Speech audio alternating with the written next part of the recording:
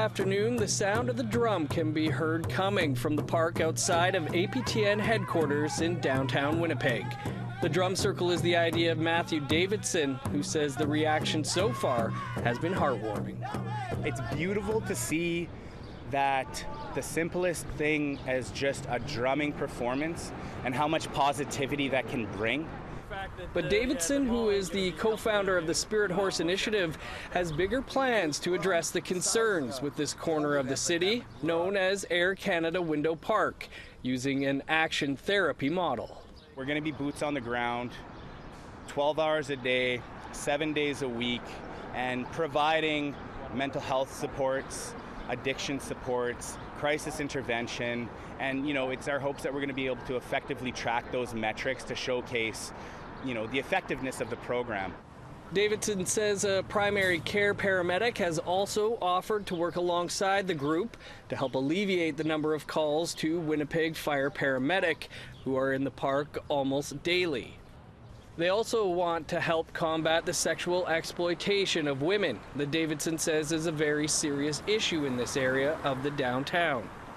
Winnipeg Police Service says it does not track crime data specifically on the park, but that foot patrols are frequently in the park and surrounding area as it is, quote, deemed an area of concern.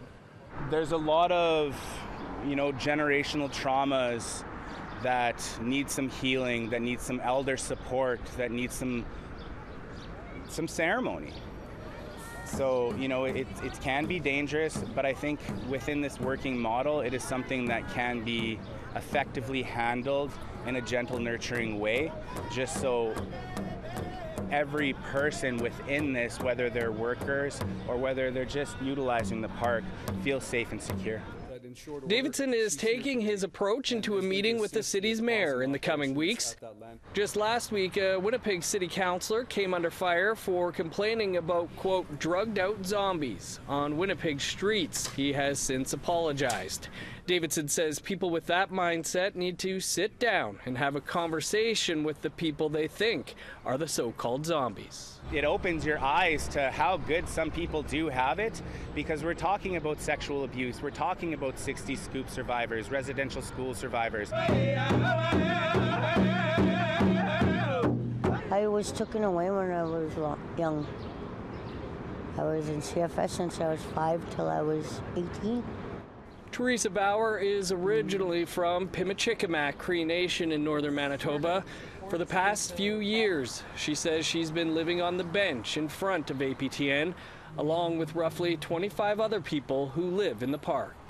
And you know what? They're safe because we watch over them. The one that watches over them are the watchers. People take turns. Who sleeps, stays up. Bauer won't use the shelters after she says she was nearly sexually assaulted at one. The park, she says, gives her a sense of belonging, and she rarely feels concerned for her safety. There's no ever hard drugs here. They don't allow ish here. They don't allow down. The things that are killing people, they don't sell that here. We don't allow that here. A $2.5 million makeover of this park is set to begin this summer. Bauer doesn't know where she will go when that gets underway. Air Canada Window Park is a microcosm of what's happening in communities across the country. A place for people who often have nowhere else to go, like Norville Tate. Community. Everybody here is like community, like no one has to go to no Salvation Army, no one has to go to no hostel and stuff like that. Everybody here, like everybody treats everybody like family. Winnipeg's Downtown Business Improvement Zone says on June 12th, the design firm in charge of the revamp will be sharing updates on the park's future. Davidson says people must be at the heart of the plan. We got to keep it beautiful and vibrant. We can't push people away. It's not effective. It's not humane. It's something that we just have to be able to work with one another to be able to make sure that everyone's safe, secure, supported, loved. A fence is expected to go up around this park sometime in August when construction is expected to begin. But some in the park warn that that fence will come down the same day it goes up. Dennis Ward, APTN National News, Winnipeg.